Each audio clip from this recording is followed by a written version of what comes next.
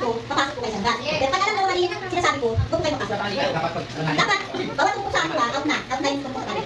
Oo, pasok talaga. Halimbawa, Ryan ha.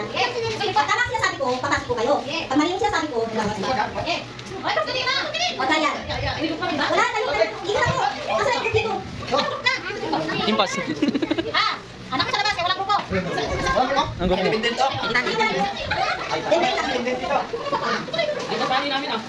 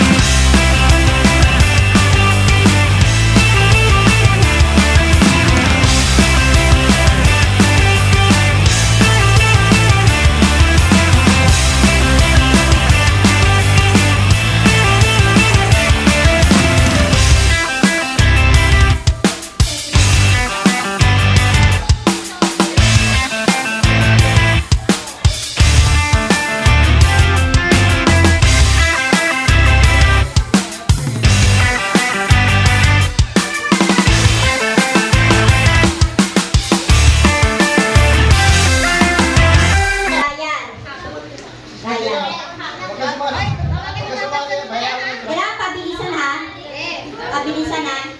Ang maiwan, talo na rin. Dapat, wag na rin po, di po pwede yung dalawang bago na isipan. Pag nakain ka na, bawal ka na yung labas. Ano masasabi mo?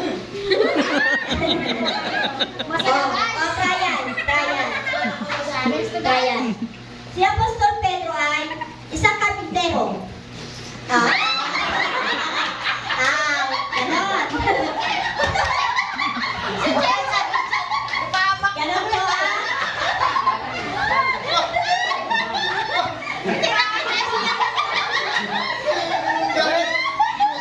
Practice lang. Brian na, Brian. Walang daya ah. Nagets na? Sige. Una, kakanta. Binanggit ni Apostol Pedro si Jesus ng 3 beses. Go! Ang naiwan talo. Sino ang nakain? Sino ang nakaan? Paki-observe po, teacher. Sino ang nakain at sino ang nakaan? Puro out. Isa lang yun ako. Panalo si Rex. Mate yung leaders, hindi nakinig oh.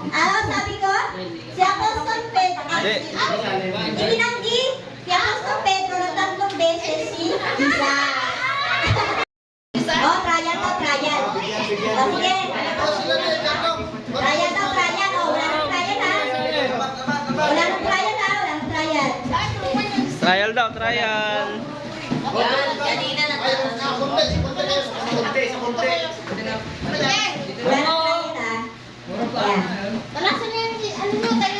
Talasan yung mata.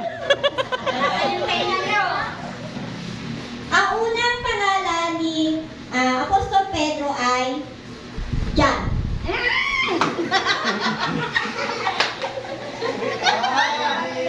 Ibig sabihin, Huwag tawagan sa luhit ko. Huwag tawagan. Ay, magpano. Sige, sige. Okay. Next.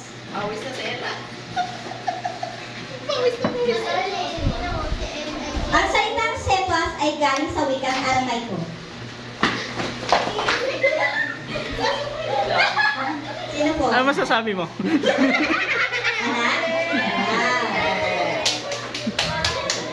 Labas, labas.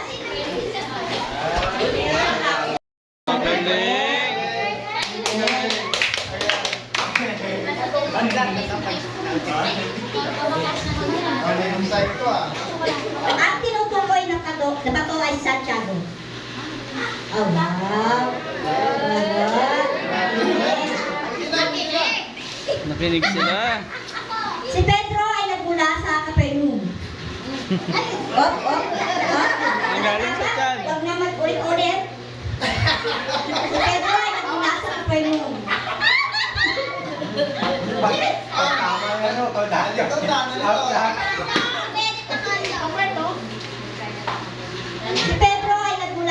Saida.